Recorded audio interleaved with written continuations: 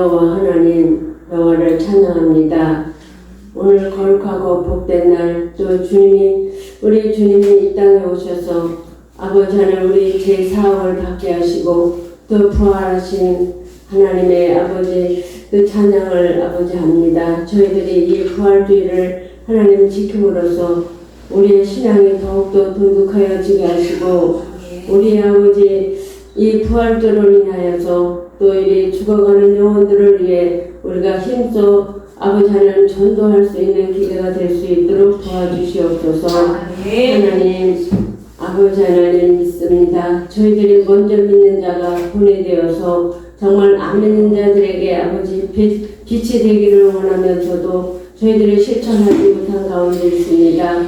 우리 hin들교회를 사랑하시고 인도하시는 하나님 아버지, 또 이렇게 우리가 아버지 또 전도를 하려고 이렇게 시작하는 가운데 있습니다. 이것이 우리 주님께서 저희들을 도와주셔서 이것이 정말 하나님께서 기쁘고 아름다운 첫 열매가 될 수 있도록 인도하여 주시고 이 자리에 차고 넘치는 하나님 아버지 놀라운 아버지 사건들이 일어날 수 있는 귀한 기회가 되게 하여 주시옵소서.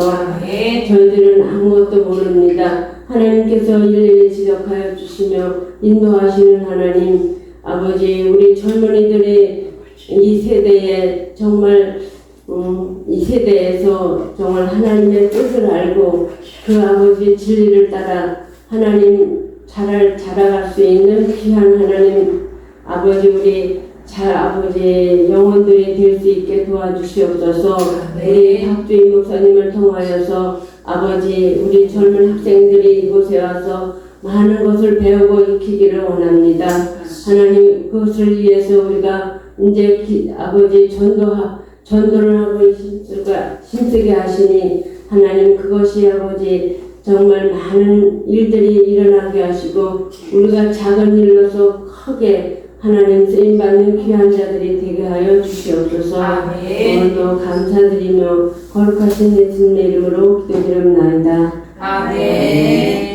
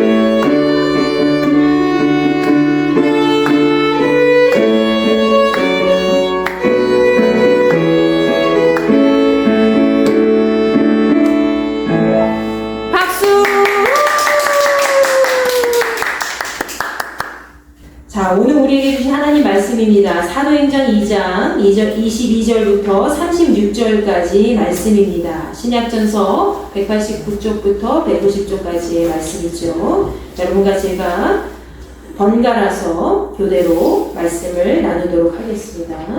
이스라엘 사람들아, 이 말을 들으라. 너희도 아는 바와 같이 하나님께서 나사렛 예수로 큰 권능과 기사와 표적을 너희 가운데서 베푸사 너희 앞에서 그를 증언하셨느니라. 그가 하나님께서 정하신 뜻과 미리 아신 대로 내주가 되었거늘 너희가 법 없는 자들의 손을 빌려 못 박아 주셨으나 하나님께서 그를 사망의 고통에서 풀어 살리셨으니 이는 그가 사망에 매여 있을 수 없었습니다. 다윗이 그를 가리켜 이르되 내가 항상 내 앞에 계신 줄을 배웠으며 나로 유노하지 않게 하기 위하여 그가 내 우편에 계시도다. 그러므로 내 마음이 기뻐하였고 내 혀도 즐거워하였으며 육체도 희망에 거하리니 이는 내 영혼을 후에 버리지 아니하시며 주의 거룩한 자로 썩음을 당하지 않게 하실 것이니라. 주께서 생명의 길을 내게 보이셨으니 주 앞에서 내게 기쁨이 충만하게 하시리로다 하였으므로 형제들아 내가 조상 다윗에 대하여 담대히 말할 수 있노니 다윗이 죽어 장사되어 그 묘가 오늘까지 우리 중에 있도다. 그는 선지자라. 하나님이 이미 맹세하사 그 자손 중에서 한 사람을 그 위에 앉게 하리라 하심을 알고 미리 본인으로 그리스도의 부활을 말하되 그가 음부에 버림이 되지 않고 그의 육신이 썩음을 당하지 아니하시리라 하더니 이 예수를 하나님이 살리신지라 우리가 다 이 일의 증인이로다.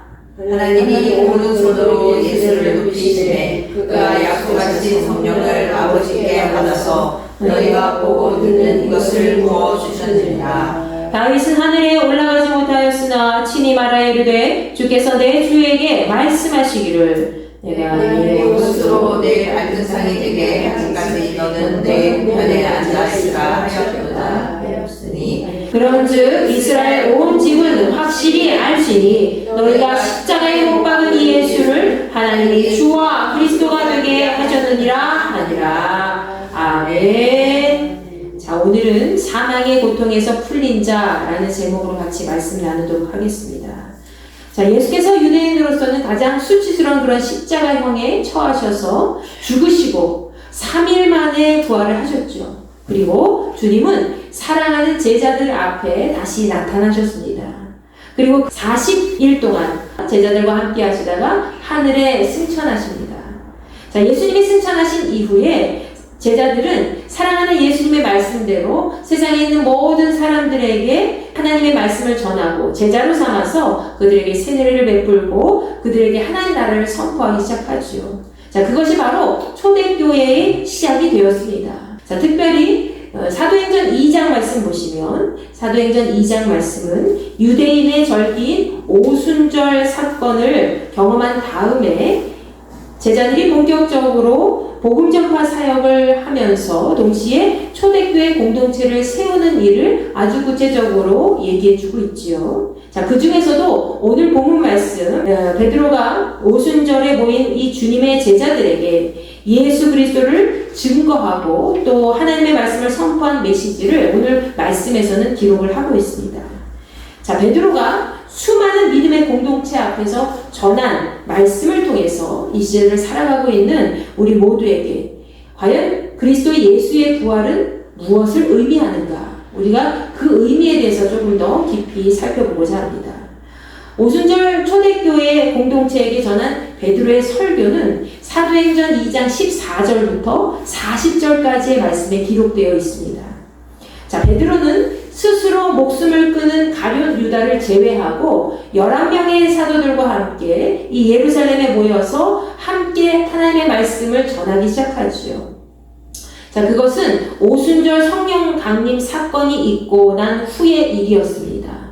그는 오순절 성령 강림의 사건, 그 사건은 바로 구약시대에부터 예언되어 있었던 성취된 그런 일이라는 것을 얘기하지요. 그리고 예수 그리스도 역시 바로 다윗 시대부터 예언된 그런 그들의 메시아 되시는 분, 구세주 되시는 분이라는 것을 언급을 하고 있습니다. 자, 먼저 본문 말씀 22절 한번 볼까요? 22절부터 23절까지의 말씀을 살펴보겠습니다. 자, 이 말씀에서는 그가 그곳에 모여있는 이스라엘 백성들을 모아놓고 이렇게 이야기합니다. 자, 여러분도 아시겠지만 하나님께서 나사렛 예수님을 통해서 보여주신 그 기사와 표적은 이미 여러분에게 증거가 되었습니다. 그 예수께서는 하나님이 미리 아시고 정하신 계획에 따라서 여러분에게 넘겨주셨습니다. 그리고 여러분은 악한 자들의 손을 빌려서 그분을 십자가에 못 박아 죽였습니다. 라고 이야기하죠. 여러분, 베드로가 이야기한 것은 있는 그대로의 사실이었습니다. 그럼에도 그가 이렇게 말한 것은 죽을 각오를 하고 있지 않으면 불가능한 일이었다는 거예요. 왜 그렇습니까, 여러분? 예수께서 수많은 이스라엘 사람들에 의해서 십자가형을 당한 것은 기정사실이지만 그 모든 것을 말하는 순간 이스라엘에는 베드로와 반대 세력이 있기 때문에 베드로가 그 예수님을 쫓아 살아가는 그런 제자인 줄 알고 죽이고자 하는 사람들도 있었기 때문이죠. 자, 그런데 베드로는 이 모든 것을 두려워하지 않았습니다. 예수께서 성령을 보내주셨고 또 그분이 보혜사가 되어주셔서 친히 도와주실 것이라는 것을 믿어 알았기 때문이죠. 여러분, 우리 역시 인생 가운데 큰 장애를 만날 때가 있습니다. 그 장애를 만났을 때에 베드로와 같이 세상을 향해서 가장 당당하고 용기 있게 진실을 말할 수 있어야 된다는 것입니다. 베드로는 자신이 어떻게 될지 모르는 상황이었어요. 물론 그곳에 있는 사람들은 다 거의 다 대부분 주님을 믿는 사람들이었지만 그 중에도 혹시라도 예수님을 믿지 않는 믿음을 배척하는 사람들이 있었다는 것이죠. 그런 상황 속에서 베드로는 그것을 두려워하지 아니하고 강하고 당당하게 용기 있게 선포했다는 것입니다. 너희들이 십자가에 못 박아 죽인 그 예수가 바로 너희들의 구세주다라고 당당하게 이야기했다는 거죠. 여러분, 그리스도인이 예수 그리스도에 대해서 바른 말을 하지 못한다면 그 사람은 하나님의 온전한 자녀라고 할 수가 없습니다. 베드로는 그리스도 예수에 대한 이런 확고한 믿음과 또 그와 함께 하시는 성령님의 동행하심을 믿고 이스라엘의 형제 자매들에게 예수 그리스도에 대한 모든 사실을 당당하게 이야기하였습니다. 너희들이 십자가에 못 박아 죽인 분이 바로 예수 그리스도이시다! 라고 당당하게 얘기했다는 거예요. 그런데 24절 말씀에서 베드로는 예수께서 그렇게 십자가에 못 박혀 죽기만 한 분이 아니라 어떤 분이라고 이야기합니까? 바로 하나님께서 그분을 죽음의 고통에서 건져주시고 살리셨다고 말씀하고 있어요. 하나님께서 왜 예수 그리스도를 살려주셨습니까? 단지 아들이라는 이유를 넘어서서 예수님을 죽음 가운데 매이게 할 수 없으셨다고 24절 하반절 말씀에 기록되어 있습니다. 그것은 예수 그리스도가 살아야지만 모든 인류가 영생을 누리는 구원을 차지할 수 있기 때문이죠. 믿으십니까? 네. 그래서 하나님께서는 자기 아들을 사망의 고통 가운데 두지 않으시고 사흘 만에 다시 살리신 것이죠. 여러분, 베드로는 이러한 예수님의 부활 사건이 과거에 구약시대부터 예언되어 있었던, 이미 예정되어 있었다는 것을 25절부터 28절까지 기록된 다윗의 고백을 통해서 확실히 언급하고 있습니다. 여러분, 다윗이 이렇게 고백하고 있죠. 나는 내 앞에 계신 주님을 항상 뵙고 있습니다. 주님께서 내 오른편에 계시기 때문에 나는 절대로 흔들림이 없습니다. 그러므로 내 마음이 기쁨으로 내 혀가 즐거움으로 가득 차 있습니다. 내 몸도 소망 속에 있습니다. 어떤 소망? 구원의 소망, 하나님 나라에 대한 소망 속에 있습니다. 라고 이야기하죠.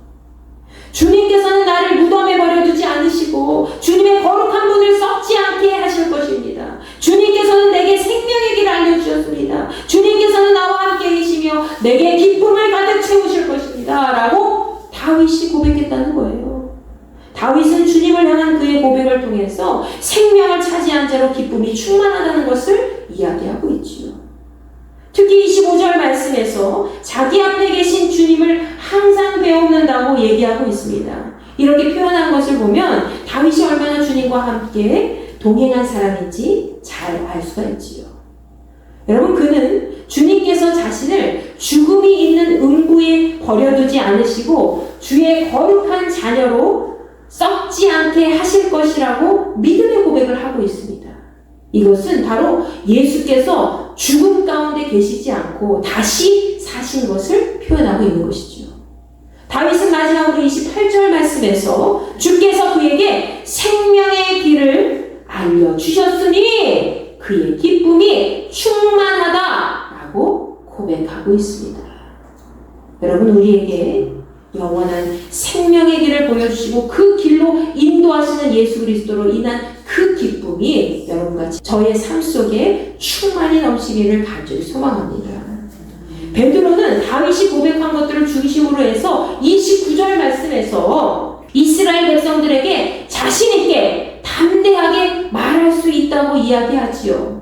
그러면서 그는 다윗이 죽어서 땅에 묻혔고 오늘날까지 그의 무덤이 우리 가운데 있다는 것을 확인시켜 줍니다.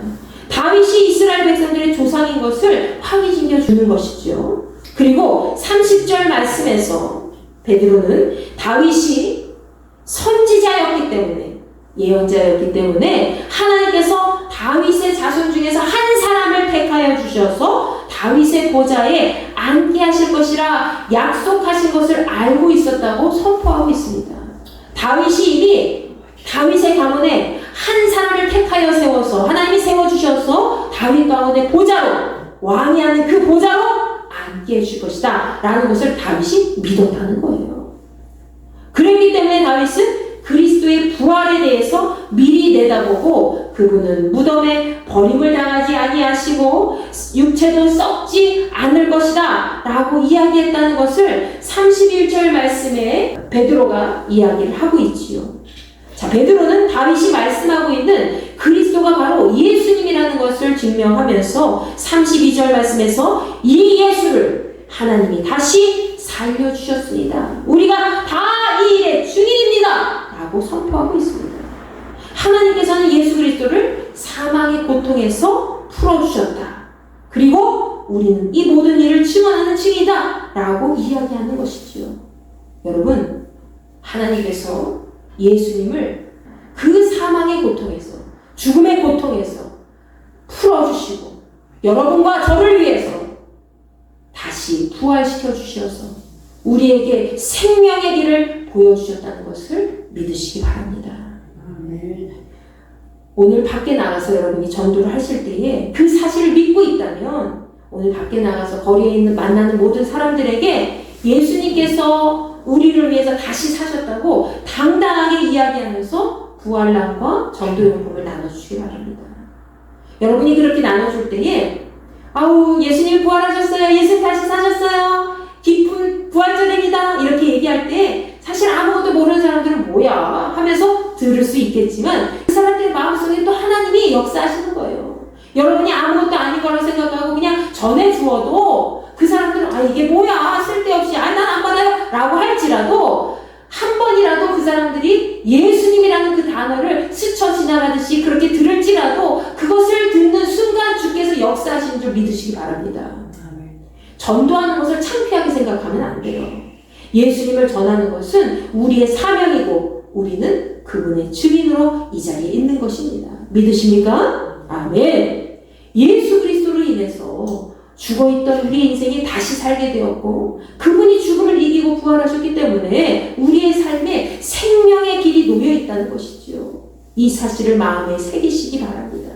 33절 말씀에서 베드로는 하나님께서 예수님을 높은 곳에 올리시고 그분의 오른편에 앉혀주셨고 예수님은 하나님 아버지께서 약속하신 그 성령을 받으셔서 이스라엘 백성들에게 부어주셨다라고 이야기하고 있습니다. 다윗은 하늘에 올라가지는 못했지만 하나님께서 내 주님께 말씀하시기를 내 오른편에 앉아있어라, 내가 네 원수들의 네 발 아래 둘 때까지 라고 이야기했다는 것을 본문 말씀 34절부터 35절까지의 말씀에 이스라엘 백성들에게 베드로가 이야기하고 있지요. 여러분, 구약시대 다윗이 선포한 말까지 인용하면서 베드로는 36절 말씀에서 그곳에 모여있는 이스라엘 그들에게 분명히 알아야 할 것이 있다고 얘기하고 있습니다. 그것은 바로 그들이 십자가에 못 박은 그 예수님을 하나님께서 그들의 주와 그리스도가 되게 하셨다는 사실이죠. 우리가 우리의 죄로 십자가에 못 박은 그 예수 그리스도를 하나님께서 우리의 삶 속에서 주인이 되게 하시고 우리의 삶 속에서 구세주 그리스도가 되게 하셨다는 것을 여러분 믿고 있습니까? 아멘.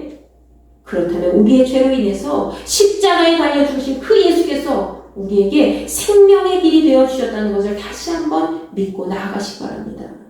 그 믿음만이 우리가 살아가야 할 길이고 우리의 후손들에게 물려줘야 할 그런 재산이라는 거예요. 이승현 집사님이 두 딸이 있죠. 사랑하는 두 딸에게 물려줘야 할 그 재산이 예수님이 나를 위해서 죽으시고 나를 위해서 다시 사셨어. 예수님이 너희들을 위해서 죽으시고 너희들을 위해서 다시 사셨어. 너희들을 지금 믿지 못하지만은 엄마는 믿어. 엄마의 믿음이 너희들에게 임하길 원한다 하면서 그 재산을 물려줄 수 있어야 된다는 거예요. 아멘. 시편 118편 말씀이 있어요. 시편 118편은 메시아를 예언하는 시로 유명하지요. 구세주에 대해서 이야기하고 있습니다. 자, 시의 저자는 시편 118편 5절 말씀에서 그가 고통 중에 여호와께 부르시셔서 기도했더니 하나님께서 그에게 응답해 주시고 그를 넓은 곳으로 인도해 주셨다라고 이야기합니다. 넓은 곳으로 세워주셨다는 것은 무슨 의미일까요? 바로 여호와 하나님께서 어두운 곳에서 어두움 속에서 옴짝달싹 못하는 그런 상황 속에서 그를 풀어주시고 자유가 있는 구원의 길로 인도해 주셨다는 거예요. 자유가 있으면 어떻습니까? 내 마음에 자유가 있으면 내가 어떤 상황 속에서도 풀어지는 역사가 나타나는 것이죠. 내가 어느 상황에 놓여 있어도 늘 자유로워서 넓게 인생을 펼치며 살아갈 수가 있다는 거예요. 바로 시인은 내가 고통 중에 주님께 부르시었더니 주께서 나에게 응답을 주셔서 나를 넓은 곳으로 세우셨습니다 라고 고백하고 있는 것이죠. 그래서 그는 시편 118편 8절과 9절 말씀에서 사람을 의지하고 고관들 곧 왕위에 있는 자들을 신뢰하는 것보다 나는 여호와께 피한다 라고 얘기하지요. 여호와 하나님께 피하는 것이 더 좋다 라고 고백하고 있습니다. 여러분, 우리 역시 세상에 주는 그런 사람의 힘이 있어요. 때로는 사람의 힘을 의지할 때가 있죠. 그런데 내가 사람의 힘을 계속해서 의지하는 것보다는 내가 먼저 무릎 꿇고 기도하며 하나님 앞에 나아가는 인생이 되어야 된다는 것이죠. 그때 하나님께서는 사람도 붙여주시고 그때 하나님께서는 내가 이 모든 난관을 풀고 헤쳐나갈 수 있는 지혜와 힘을 더하여 주신다는 것입니다. 세상이 주는 사람의 힘과 권력을 의지하기보다는 오직 하나님을 의지하면서 그분의 말씀을 따르는 것이 우리에게 가장 좋은 길이라는 것을 여러분 기억하시기 바랍니다. 사람의 힘도 우리를 살릴 수 없지만 오직 생명이 있는 여호와 하나님의 말씀을 의지해서 그분을 향한 그 선택이 바로 우리를 살려주게 될 것입니다. 여러분, 시편 118편의 저자는 항상 주변에 그를 둘러싼 적들이 많았다고 얘기해요. 그럼에도 언제나 그는 여호와의 이름으로 그 모든 적을 물리칠 것이라고 말씀하고 있습니다. 모든 나라들이 그를 애워싸고 그들이 사방에서 둘러싸가지고 자기를 괴롭히고 또 그를 죽이려고 벌떼처럼 막 몰려와도 그는 어떻게 한다고 그랬어요? 그는 여호와의 이름으로 그 모든 적을 끊어낼 것이다 라고 이야기하고 있죠. 그가 이렇게 다짐하면서 고백한 이유가 있습니다. 그 이유는 바로 수많은 적들이 그를 무너뜨리려 하여도 하나님께서 항상 그의 구원자가 되어주셔서 그를 깊은 수렁에서 건져주시고 도와주셨기 때문이다라는 것이죠. 여러분이 아무리 어렵고 힘든 일을 당해도 주변에 있는 사람들이 돕는 데는 한계가 있어요. 그런데 우리 주님은 한계가 없으시고 여러분을 끝까지 책임지시고 인도해 주시는 줄 믿으시기 바랍니다. 하나님께서 항상 그의 구원자가 되어주시고 그를 깊은 수렁에서 꺼내주셨기 때문에 나는 여호와의 이름으로 물리칠 것이다. 나는 여호와의 이름으로 그 대적들의 그 모든 것들을 끊어낼 것이다 라고 지금 고백하고 있는 것이죠. 그 고백이 13절부터 16절까지 계속 되고 있습니다. 우리 다 같이 한번 읽어볼게요. 시작. 너는 나를 밀쳐 넘어뜨리려 하였으나 여호와께서는 나를 도우셨도다. 여호와는 나의 능력과 찬송이시요 또 나의 구원이 되셨도다. 의인들의 장막에는 기쁜 소리, 구원의 소리가 있으며 여호와의 오른손이 권능을 베푸시며 여호와의 오른손이 높이 들렸으며 여호와의 오른손이 권능을 베푸시는도다. 아멘. 그는 자신의 구원자 되시는 하나님의 권능과 도움의 손길을 항상 알고 있었기 때문에 시편 118편 17절 말씀에서 이렇게 강력하게 고백하고 있습니다. 내가 죽지 않고 살아서 여호와께서 하시는 일을 선포하리로다. 아멘. 아멘 하실 때 크게 하셔야 돼요. 아멘. 아멘. 내가 죽지 않고 살아서 여호와의 일을 선포하리로다. 내가 죽지 않고 살아서 끝까지 하나님 행하신 놀라운 일을 드러낼 거야. 예수께서 살아계심을 나를 통해서 드러내게 될 거야.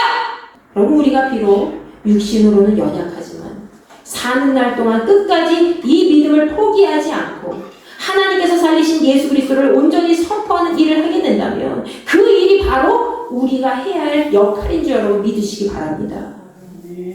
하나님은 우리에게 많은 것들을 바라지 않으세요. 딸아, 나를 좀 드러내면 안 되겠니? 아들아, 내 이름을 좀 사람들에게 얘기해주면 안 되겠니? 라고 그거 하나 바라시는 거예요. 근데 그거 하기가 입이 떨어지지 않죠. 행동으로 나서지 않죠. 습관이 안 돼서 그래요. 여러분이 못해서 그런 게 아니라 습관이 안 돼서 그래요. 하루에 한 명씩 아니면 내가 일주일에 한 명이라도 여러분이 어떤 일을 하더라도 그 사람한테 예수님이 살아계심을 증거하는 거예요. 신수자 권사님이 만나는 사람들 많이 있으신데 그분들한테 야, 예수님 살아계신 분이야. 늙어서 뭐해? 예수님 믿고 가야지. 예수님 믿고 천국 가야지. 이거 한마디 하는 거 하나님 기뻐하시는 거예요. 여러분 앞으로 저랑 역습하세요. 어떻게? 내가 일주일에 한 명이라도 이렇게 전하는 거예요. 지나가면서 직장에 있는 사람한테 야, 교회 다녀? 아유, 좀 교회는 지금 못 다니더라도 예수님 믿으면 좋겠다 하면서 한마디라도 좀 전하고 주님, 저 사람이 예수님 믿을 수 있도록 주님 도와주세요. 제가 저에게 말할 수 있도록 인도해 주세요. 라고 용기를 구하는 기도를 해보시기 바랍니다. 그럼 하나님께서 여러분에게 함께 해주셔서 여러분이 입으로 말하는 것이 아니라 여러분의 입을 통해서 하나님이 말씀해 주실 것입니다. 아멘? 내가 죽지 않고 살아서 날마다 하나님께서 행하신 놀라운 일, 바로 예수 그리스도를 살리셔서 우리를 구원하신 일을 날마다 선포하겠습니다. 이 고백이 우리 삶 속에 날마다 선포되어지기를 간절히 축원합니다. 예수께서는 세상 사람들이 버린 돌이셨지만 우리 믿는 자들의 집 모퉁이의 머릿돌이 되어주셨습니다.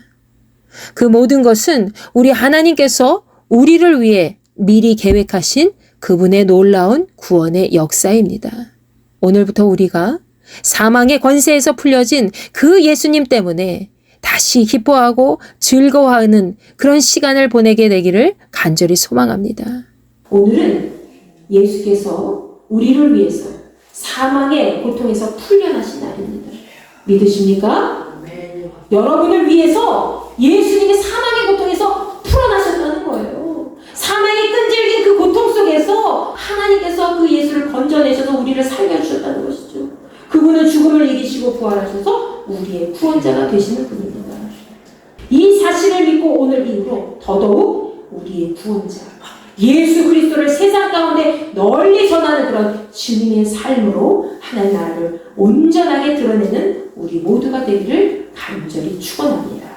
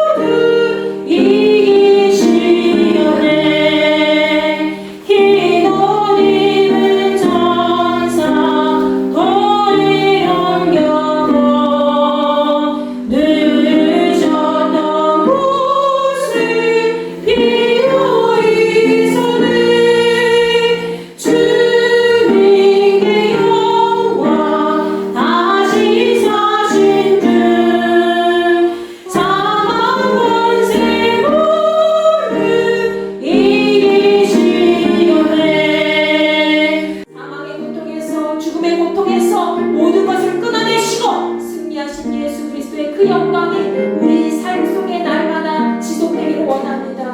우리가 세상 가운데 주님을 전할 때에 예수 그리스도께서 다시 살아나셨고 우리를 위해서 이 땅 가운데 함께 하시는 분이라는 것을 다시 한번 믿고 나아갈 수 있는 용기 있는 지혜와 능력을 허락하여 주시옵소서. 하나님께서 살아계셔서 역사하심을 믿습니다. 하나님의 말씀을로 하나가 될 수 있는 우리 모두가 되기를 소망하오니 아버지 하나님 주여 구원의 은혜를 베풀어 주시옵소서. 할렐루야. 주님을 온전히 찬양하기를 원합니다. 부활의 기쁨을 나누는 복된 소식을 많은 사람들에게 전할 수 있기를 원합니다. 하나님이시여 우리의 삶을 주장하여 주시옵소서. 날마다 주께서 우리를 위해서 사망의 고통을 끊어내시고 주께서 그 모든 것을 풀어내시고 이제 이 땅 가운데 우리와 함께 하심을 믿고 우리의 구세주 예수 그리스도를 온전히 찬양하기로 멈추지 않도록 주여 우리와 함께하여 주시옵소서. 이제는 우리 주 예수 그리스도의 은혜와 하나님의 무한하신 사랑과 성령님의 감화 감동 역사 내주 교통하심이 사망의 고통을 풀어내고 생명의 길을 보여주신 예수 그리스도의 영광을 차지한 모든 믿음의 족속들에게 흰돌교의 모든 지체들에게 함께하여 주시기를 간절히 축원하옵나이다. 아멘.